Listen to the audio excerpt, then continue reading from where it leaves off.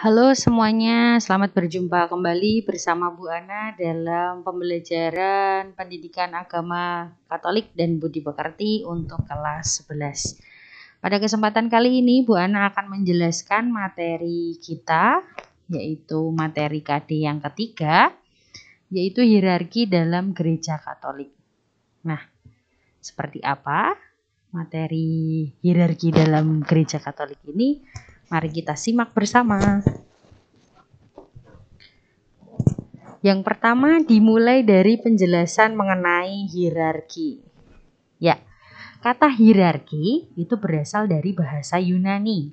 Hierarki yang berarti jabatan atau hieros, suci atau archos. Secara umum, hierarki diartikan sebagai tata susunan. Hierarki adalah mereka yang mempunyai jabatan karena mendapat penyucian melalui tahbisan. Nah, hierarki sebagai pejabat umat beriman Kristiani dipanggil untuk menghadirkan Kristus yang tidak kelihatan sebagai tubuhnya, yaitu gereja. Tubuh Kristus itu gereja ya, Bu Ana ingatkan sekali lagi. Nah, dalam tingkatan hierarki tertahbis atau yang disebut sebagai hierarkia ordinis, itu gereja terdiri dari uskup, imam, dan diakon. Itu ada dasarnya di kitab hukum kanonik di pasal 330 sampai 572. Banyak sekali ya. Nah, kekasan hierarki itu sendiri terletak pada hubungan khusus mereka, hierarki, dengan Kristus sebagai Sang Gembala umat. Itu pengertian mengenai hierarki. Lalu sekarang selanjutnya kita lihat sejarah hierarki. Jadi dari mana hierarki itu berasal? Ya, yang pertama kita lihat dari zaman para rasul. Awal perkembangan hierarki itu dimulai dari kelompok ke-12 Rasul Yesus. Kelompok inilah yang pertama-tama disebut sebagai rasul. Rasul atau apostolos itu disebut juga sebagai utusan. Akan tetapi setelah kebangkitan Kristus, sebutan rasul itu tidak hanya untuk kelompok ke-12 Rasul Yesus saja, melainkan juga untuk utusan-utusan selain kelompok ke-12 rasul itu. Bahkan akhirnya semua utusan jemaat dan semua utusan Kristus itu disebut rasul. Lama-kelamaan kelompok rasul itu lebih luas daripada kelompok ke-12 rasul. Nah, sesuai dengan namanya, rasul diutus untuk mewartakan iman dan memberi kesaksian tentang kebangkitan Kristus. Kalau tadi kita lihat dari sesudah para rasul, ada 3 poin di sini dijelaskan.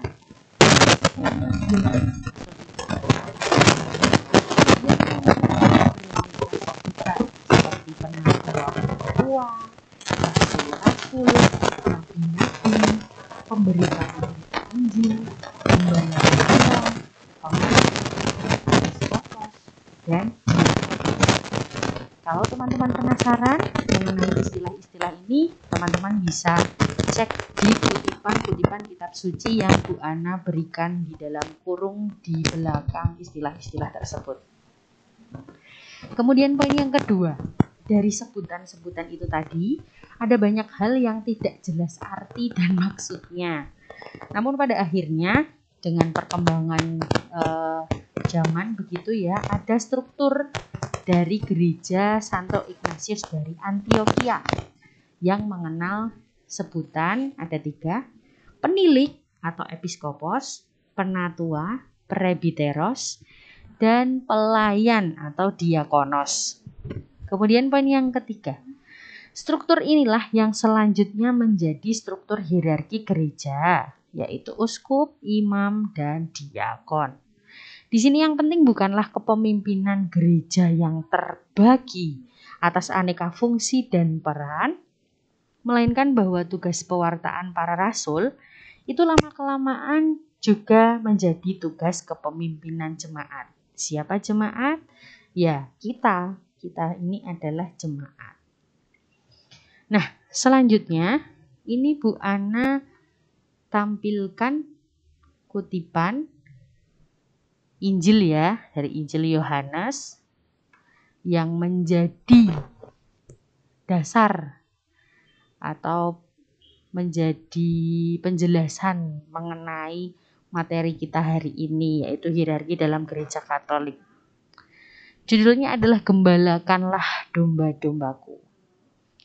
Ibu bacakan ya. Sesudah sarapan, Yesus berkata kepada Simon Petrus, "Simon, anak Yohanes, apakah engkau mengasihi aku lebih daripada mereka ini?" Jawab Petrus kepadanya, "Benar Tuhan, engkau tahu bahwa aku mengasihi engkau." Kata Yesus kepadanya, "Gembalakanlah domba-dombaku." Kata Yesus pula kepadanya untuk kedua kalinya, "Simon, anak Yohanes, apakah engkau mengasihi aku?" Jawab Petrus kepadanya, "Benar Tuhan, engkau tahu bahwa aku mengasihi engkau." Kata Yesus kepadanya, "Gembalakanlah domba-dombaku."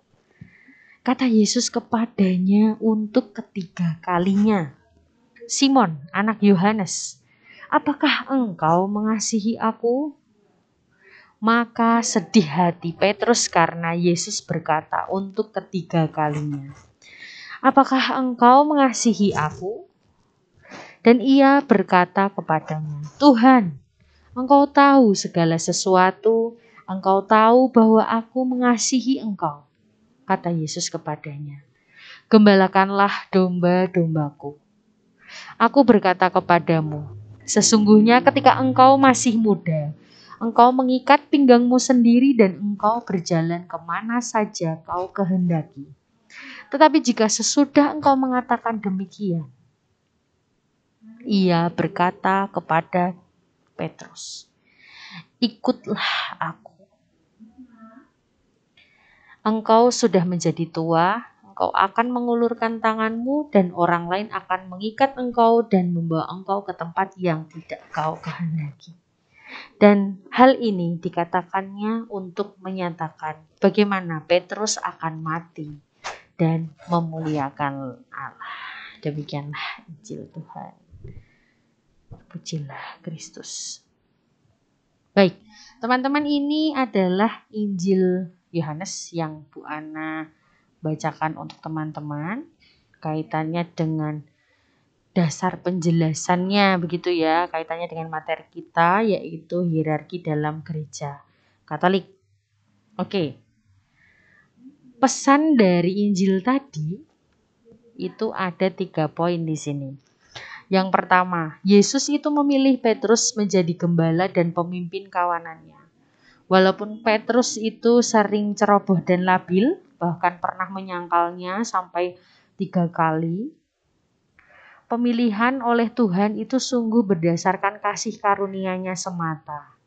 Manusia tidak memiliki andil apa-apa untuk itu. Nah, yang dituntut oleh Tuhan dari Petrus dan semua penggantinya hanyalah satu, yaitu kasih. Kasih dapat menghapus banyak dosa. Mungkin Tuhan berpikir seorang pemimpin yang tahu kelemahannya akan bersikap penuh pengertian dalam memimpin orang lain. Petrus akan banyak belajar dari kelemahannya. Yang penting adalah cintanya kepada Tuhan itu tidak diragukan lagi. Sekalipun Petrus sebagai gembala atau siapapun juga yang menjadi gembala, Yesus selalu menyebut domba-domba itu sebagai domba-dombaku. Kawanan domba-domba itu tidak menjadi milik sang gembala manusia, tidak seorang pun dapat menggantikan Yesus. Ya, itu ya pesan dari Injil tadi. Kemudian kita lihat sekarang mengenai dasar kepemimpinan hierarki dalam gereja. Yang pertama, kepemimpinan dalam gereja itu diserahkan kepada hierarki. Lalu konsili mengajarkan bahwa atas penetapan ilahi, para uskup menggantikan para rasul sebagai gembala gereja. Konsili suci ini mengajarkan bahwa Yesus Kristus, gembala kekal, mendirikan gereja kudus dengan mengutus para rasul seperti Dia yang diutus oleh Bapa. Para pengganti mereka, yakni para uskup, dikehendakinya menjadi gembala dalam gerejanya sampai pada akhir zaman. Nah, berikutnya kita akan melihat struktur kepemimpinan atau hierarki di dalam gereja. Secara struktural, kepemimpinan dalam gereja sekarang itu dapat diurutkan sebagai berikut ya. Ada Dewan para Uskup dengan Paus sebagai kepalanya, kemudian Paus, Uskup, lalu pembantu Uskup yaitu imam dan diakon. Nah, mari kita lihat penjelasan dari masing-masing struktur kepemimpinan ini. Kita mulai dari Dewan para Uskup dan Paus sebagai kepalanya. Ketika Kristus mengangkat ke-12 rasul, ia membentuk mereka menjadi semacam dewan atau badan tetap. Nah, sebagai ketua dewan, Yesus itu mengangkat Petrus yang dipilihnya dari antara para rasul. Seperti Santo Petrus dan para rasul lainnya, atas penetapan Kristus merupakan satu dewan para rasul. Begitu pula Paus atau pengganti Petrus bersama uskup atau pengganti rasul merupakan satu himpunan yang serupa. Jadi dewan para uskup itu adalah pengganti para rasul dan yang menjadi pimpinan gereja itu adalah dewan para uskup. Pada akhir masa gereja perdana itu sudah diterima cukup umum bahwa para uskup itu adalah pengganti para rasul, gitu ya.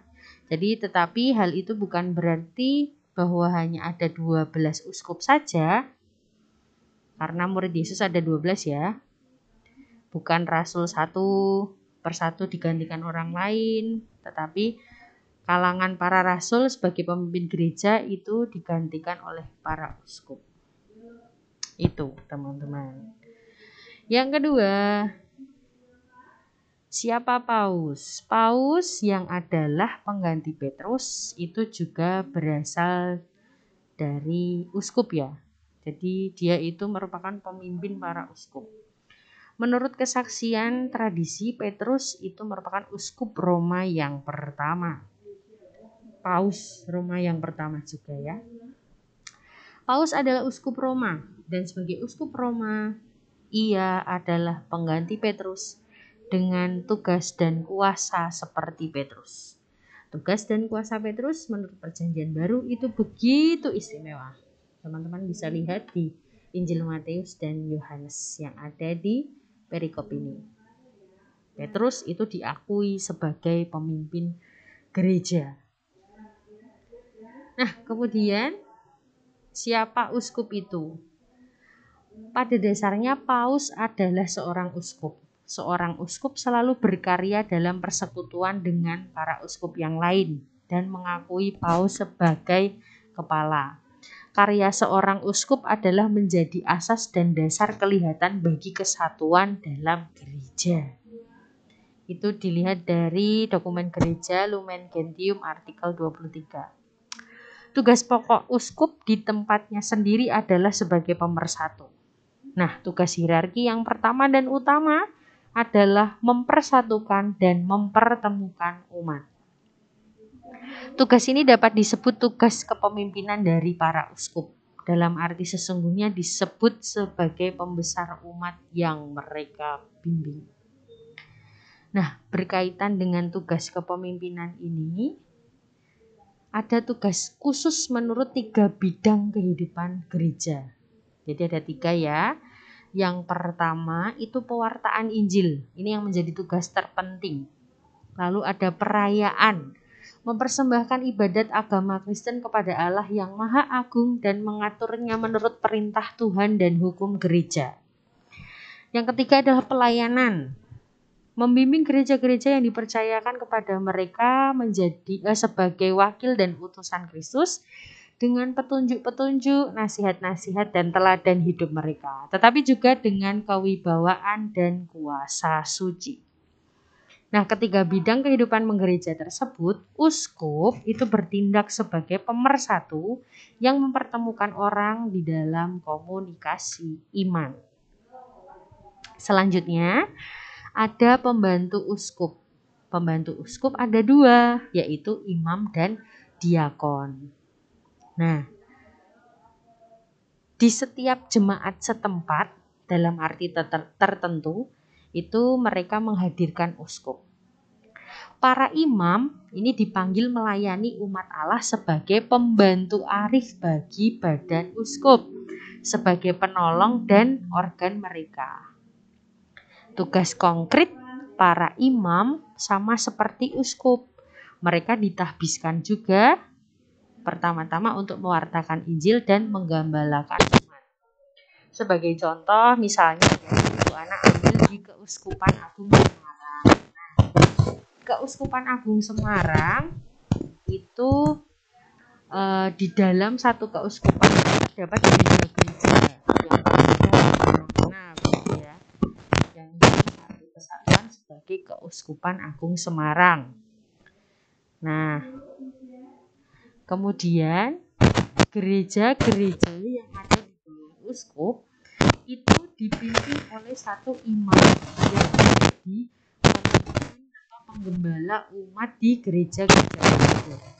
Bu Ana ambilkan contoh, misalnya kalau di Jogja sendiri ya, gereja paroki Pringmulu, gereja paroki Pugeran, gereja paroki Bintaran, gereja paroki Doloji, gereja paroki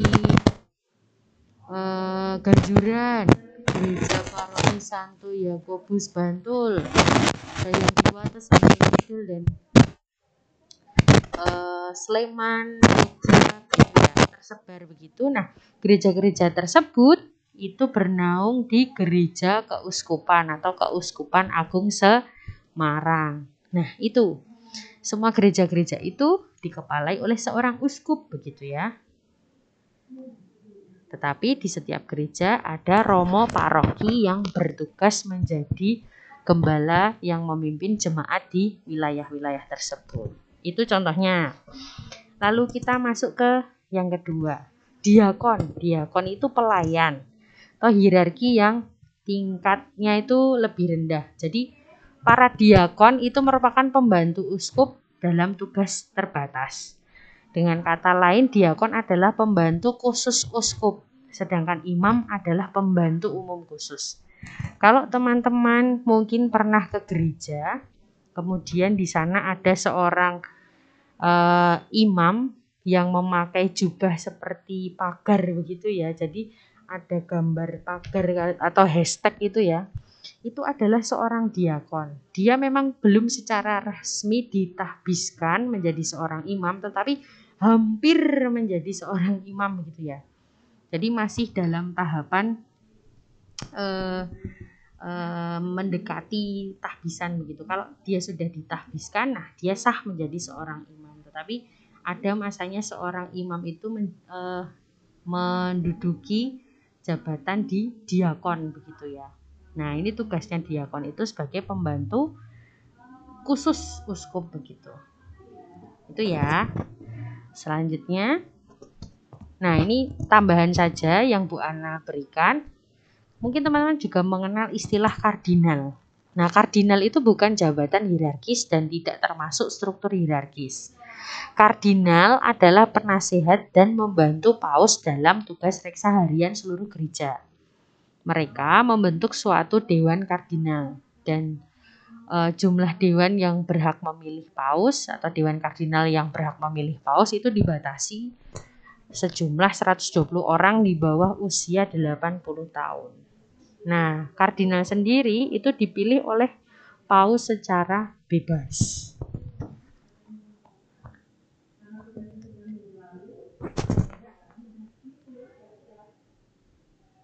Oke, selanjutnya kita ke fungsi khusus hierarki. Ada 2 fungsi khusus di sini. Yang pertama, menjalankan tugas gerejani, yaitu tugas-tugas yang langsung dan eksplisit menyangkut kehidupan beriman gereja, seperti pelayanan sakramen-sakramen, mengajar, dan sebagainya. Yang kedua, menjalankan tugas kepemimpinan dalam komunikasi iman. Hierarki mempersatukan umat dalam iman dengan petunjuk, nasihat, dan teladan.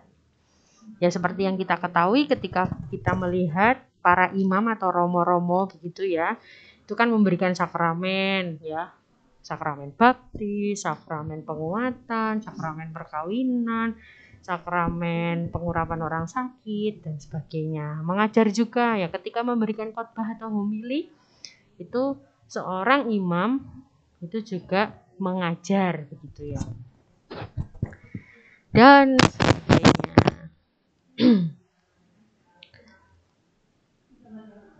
Ya, selanjutnya corak kepemimpinan di dalam gereja. Ada 4 poin di sini. Yang pertama, kepemimpinan dalam gereja merupakan suatu panggilan khusus di mana campur tangan Tuhan merupakan unsur yang dominan. Jadi, kepemimpinan dalam gereja itu merupakan pilihan dari Tuhan. Kita tidak bisa memilih secara langsung begitu ya. Jadi bukan manusia yang memilih, tetapi memang Tuhan yang memilih atau memanggil mereka yang terpanggil untuk mengikuti Tuhan begitu ya, menjadi seorang pemimpin di dalam gereja. Lalu kepemimpinan dalam gereja itu bersifat mengabdi dan melayani dalam arti semurni-murninya, walaupun ia sungguh mempunyai wewenang yang berasal dari Kristus sendiri.